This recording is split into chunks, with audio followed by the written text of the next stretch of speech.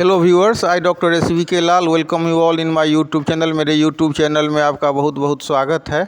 आज सौभाग्य से तारा माई के अपार कृपा से जो उनका निरूपण है, उनकी जो शक्ति है, उनका जो नाम है वो अनंत है, अनंत रूप है, अनंत ऐश्वर्य है, अनंत उनका गुण है। तो उनके ये शब्द में, ये वाणी में ये शक्ति नहीं है कि उनके जो उनका जो तत्व है, उनका जो महिमा, उसका निरूपण कर सके। लेकिन मतलब अगर हम उनके प्रतिमा को देखें तो देखते हैं एक हाथ में कैंची है जिससे वो अपार भक्तों के अपार विपदा को काट देती हैं। एक हाथ में कमल है जो रूपांतरण का प्रतीक है, माँ अभय करती हैं। ऐसे ही माँ का जो अनंत रूप है, अनंत गुण है, इस जिह्वा में उतनी शक्ति कहाँ। सौभाग्य से पंडित दुर्गानाथ ठाकुर आज मिले, जो तारा मंदिर दरभंगा लक्ष्मीश्वरी तारा मंदिर के पुजारी हैं। उनके मुख से सुनते हैं माँ तारा के चरित्र का गुणगान सुनते हैं। आइए पंडित दुर्गानाथ ठाकुर हम भक्तों को समझाने की कृपा करें। देखिए, बहुतों देवता कहा तो धरती पर अवतरण हुआ तो जन्म ले करके हो, लेकिन बहुत सारे देवता जो हैं सो अजन्मा हैं, वो समय समय पर प्राकट्य हुए हैं। तो उसी में से जैसे दुर्गा जी प्राकट्य हुए, काली जी प्राकट्य हुए, उसी तरह से तारा का भी प्राकट्य हुआ समय पर। अब सबसे प्रथम ये बात हुई कि जब सृष्टि ब्रह्मांड की रचना हुई तो ब्रह्म की इच्छा हुई कि ये हम एक से अनेक हो जाए, बहुत श्यामा। एक तो ये वो थे ही, दूसरा बनाने के लिए कुछ हो नहीं रहा था। तब उसने शक्ति के उस स्वरूप का ध्यान किया जिससे दूसरा शक्ति तारा हुआ, इसलिए तारा का नाम द्वितीया है। और प्रथमा शक्ति हुआ आद्या। तो कोई खेल में तो ज़्यादा प्लेयर होता है ना, तो अब आद्या हुई, लेकिन फिर दूसरा को बन ही नहीं रहा था कुछ, तो इसलिए तारा का प्राकट हुआ। उस दिन से सो अनेक जन्म अवतार होने लगा थी, सब सृष्टि की रचना में विस्तार होने लगा। तो प्रथम तो उस समय हुआ। दूसरे बार की कथा है कि तारा जब सती रुष्ट हो गई थी कि हम नैहर जैवे करेंगे, अब महादेव अस्वीकार कर रहा था कि बिना निमंत्रण का कैसे जाओगी, थोड़ा अच्छा नहीं लगता है, अपमान होगा। तो महादेव स्वीकृत न दे करके उठ करके चल दिए, जो कम से कम इनके जिद की झंझट कुछ देर के बाद अपने समाप्त हो जाएगा। लेकिन उसको पीछे पीछे गई, महादेव बहुत तेज से चलने लगे, कभी इस दिशा कभी उस दिशा, दिशा बदल बदल करके। तब वही सती ने तारा स्वरूप का जब ध्यान किया तो दसों दिशा में 10 महाविद्या के रूप में प्रकट हुई, जिसमें आकाश मार्ग से तारा महादेव का वो झोंटा पकड़ करके स्तंभित कर दिया। तभी सती को फिर आमने सामने हुई तो मौनम स्वीकार करके उसको जाने की बात छूट दे दी, और जाने के बाद जो दुर्दशा हुई सो तो सभी जानते हैं। उसके बाद सती के लाश को लेकर के जब महादेव घूम रहे थे तो भगवान विष्णु उसको खंडी खंडी काट करके हटाने लगा कि लाश लेकर के बेहाल है।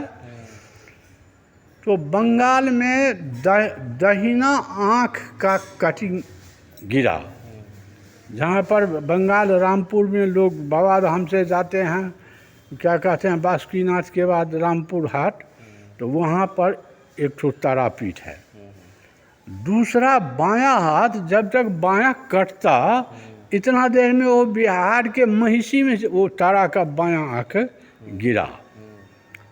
अब ये तो आँख गिरा, इसलिए जिस जिस स्थान पर सती का अंग का टुकड़ा गिरा वो स्थान सो क्या कहते हैं, शक्तिपीठ हो गया। अब इनका दूसरे बार देखिए प्राकट्य कब होता है, वो तो थोड़ा देर के लिए प्राकट होते हैं फिर अंतर्धान हो जाते हैं।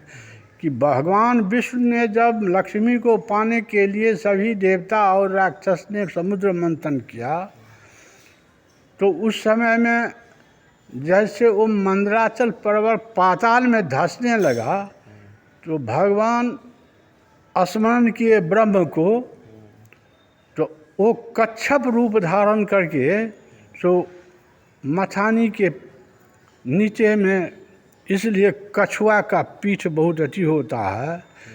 उसी मथानी के बाद जब अनेक तरह के रत्न पदार्थ सब उसमें से निकले, जिसमें एक विष भी निकला, जिसको पानी उसका ज्वाला से संपूर्ण ब्रह्मांड प्रज्वलित क्या कहते हैं जलने लगा। तब महादेव बाबा को सब पीठ ठोक करके कहे कि आप पी लीजिए। वो पी तो लिए, इसका मतलब ये नहीं है कि वो पचा गए, कुछ नहीं हुआ, वो अचेत हो गए। सभी देवता घबरा गए कि अब क्या होगा। तब तारा को ही स्मरण करने से तो तारा माई प्रकट हुई और महादेव को दूध पिलाए अपने स्तन से, तभी उनका विष शांत हुआ, उस जगह में प्रकट हुआ है। और तीसरे बार इस धरती पर तो चीन देश के नील नदी के किनारे में किसी साधक के अथि करने से वो प्रकट हुए थे। इसलिए चीन में इसका पूजा पाठ अधिक होता था उस टाइम में। तो वशिष्ठ जी को यहाँ आराधना करने में नहीं कुछ प्राप्त हो रहा था सिद्धि, तो चीन देश गए और चीनाचार के पद्धति से जब आराधना किए तो तारा सामने में प्रकट हो गई और उसने वरदान मांगने के लिए बोली मैया, तो ये कहा कि आप हमारे साथ हमेशा रहिए। कहा ऐसा तुम अथी मत करो जिद, ये तुमको बड़ा भारी हानि काल हो जाएगा, तो जो भी होगा आप हमारे साथ हमेशा रहिए। तो कहा ठीक है चलो, लेकिन एगो शर्त है कि जिस दिन भी तुमको सो मन में विक्षोभ हो जाएगा, घृणा हो जाएगा, उस समय हम तुम्हारा साथ छोड़ देंगे। और इनके साथ वो आई महिषी में, सो वहाँ पर वो साधना कर रहे थे, वशिष्ठ रह रहे थे। सप्तर्षि लोग अपना आकाश मार्ग से घूम रहे थे, सुबह का समय हो रहा था। उस दिन जरा देर से उठे मुनि वशिष्ठ जी। सप्तर्षि ने आवाज़ दिया, देखो कितना भारी समय नीचा विस्तृत हो गया है, तो अभी तक वशिष्ठ सोए हुए। वशिष्ठ जी के बारे में लोकाचार में परिचर्चा होने लगा कि एक युवती के साथ रहते हैं। तो ये कितना घृणित बात है कि इतना बड़ा पंडित मुनि महात्मा हो करके तब एक नवजौवना स्त्री के साथ क्यों रहते हैं। और देर से सोए हुए तो सप्तर्षि ने आकाश मार्ग से आवाज़ दिया कि देखो देखो छी छी वशिष्ठ अभी तक सोए हुए हैं, शायद ये भी पथभ्रष्ट हो गया। वशिष्ठ उठे, मन में क्षोभ ग्लानि दोनों हुआ। आकि फिर याद आया कि तारा कहे हुए थे कि जिस दिन तुमको क्षोभ ग्लानि होगा उस दिन तो उसके बाद जो मैया का किवाड़ खोलने के लिए गए जगाने के लिए, तो वो पत्थर वहाँ पर रूप में थे और वो अपने अंतर्धान हो गई थी। वही पत्थर कालक्रमेण उस स्थान पर वो अंकुरित पत्थर है, वो जो देवता है। तारा का 3 रूप है, एक जटा, नील सरस्वती, उग्र तारा। तो तीनों रूप में एक ही मूर्ति में तीनों रूप सो महिषी के तारा पीठ में ही है, उसमें तीनों स्वरूप है। तो उग्र तारा का क्या कहते हैं महिषी में अति हुआ। बहुत बाद में कोई संत महात्मा वहाँ गए, वो तो क्या कहते हैं धरती में विलुप्त हो गया था। तो पीपल गाछ के जड़ में से तो उनको स्वप्न हुआ, तो निकाला गया। तो उस मूर्ति को फिर तो ये दरभंगा के महाराज लक्ष्मेश्वर सिंह की पत्नी महारानी थी, वहीं की पद्मावती, तो वो मंदिर बना दिए। और वहाँ राज दरभंगे का ही उसमें अथी था, तो उसमें कुछ ज़मीन सब दे करके ही सब उस दिन से उनका मंदिर है वहाँ। तो ये तारा का समय समय पर है। अब तारा का जिस राजा का जो इष्ट देवता था, उनके समाज पर उन्हीं का मूर्ति लगा हुआ है। महाराज लक्ष्मेश्वर सिंह के इष्ट देवता तारा थी, इसलिए उनके समाधि पर रामेश्वर सिंह ने मंदिर बनवा करके तारा की मूर्ति की स्थापना की।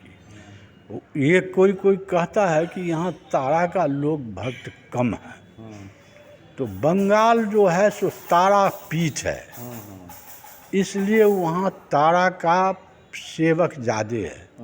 और मिथिला जो है सो काली का पीठ है, बहुत पहले से घर घर में काली है। छोटे बड़े सब कौम के घर में गोसाउन होता है, तो कालिए का अथी है, पूजा पाठ है, इसलिए काली के भक्त यहाँ ज़्यादा होते हैं। लेकिन कुछ आदमी के किसी खास अथी के वर्ण के लोगों का, मूल गोत्र का, सो तारा ही इष्ट देवता है। उनके घर में भी तारा ही है, कहीं पर ज्वालामुखी का है, कहीं पर ज़्यादा लोग के यहाँ काली है, और किसी गांव में तारा का पूजक है, घर में गोसाउन है जो तारे है, कहीं ज्वालामुखी है, कहीं कुछ है, तो ये है। और तारा जो है सो चूँकि वो समय विशेष पर ही इनका प्राकट्य हुआ है, तो ये रक्षार्थ देवी है। मारकाट वाली कहानी इसमें नहीं है। ये तारा के बारे में स्वरूप के कहता है कि कोटि कोटि रवि बाल छवि कृत दक्ष नेत्राम। दहिना आँख जो है सो बाल सूर्य की तरह है, करोड़ों बाल सूर्य की प्रकाश की तरह। कोटि कोटि चंद्र बाल छवि कृत, चंद्रमा का जो प्रथम उदय होता है उस छवि का उनके बाएं आँख में है। और 4 हाथ है, चारों में, एक में कमल है, दूसरे में खप्पर है, एक में कैंची है, एक में ये है। उनका ये स्वरूप है। उसके बाद और सर्पों का जितना समूह है उसमें इखद्रक नाग नाम के सर्पों का जनेऊ है इसके पास में। बहुत तरह के नाग के हाथ में इनका जो गहना है ना, तो हर नाग देवता का ही है। जटा में भी नागे जुटा, नागे से जटा को जुटी बनाए हुए हैं, नागे से जनेऊ है। नागे का क्या कहते हैं, बाह में, करघनी में, मणिबंध में, पैर में, दान में, ये सारे बंधन ये सर्पों के नागों का, इसलिए नागलोक में इनका अधिक पूजा जाता है।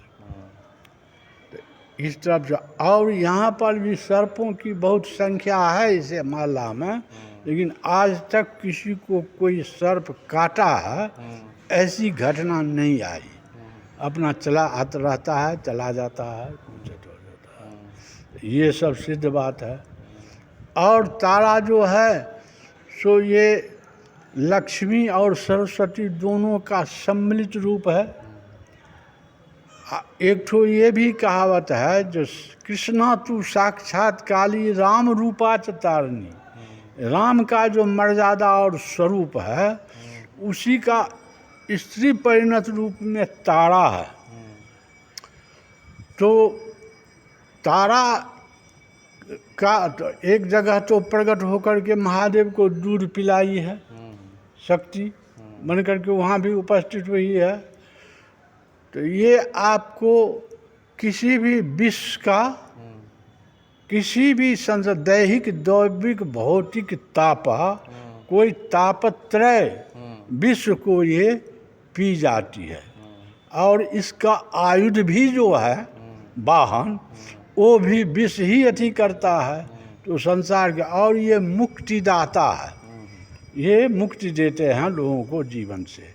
जो इनकी सेवा किए हैं तो उनका भले ही जीवन जैसा भी रहा हो, लेकिन उसका अंत इनकी कृपा से बिना कष्ट के ही प्राण त्याग किए हैं, ऐसा हम देखते आ रहे हैं। और जैसे तारापीठ में बामा छेपा के सामने में वो प्रकट होती थी, बामा छेपा से बात होती थी। जैसे रामकृष्ण परमहंस को माँ काली से बात होती थी, उसी तरह बामा छेपा को माँ तारा से बात होती थी।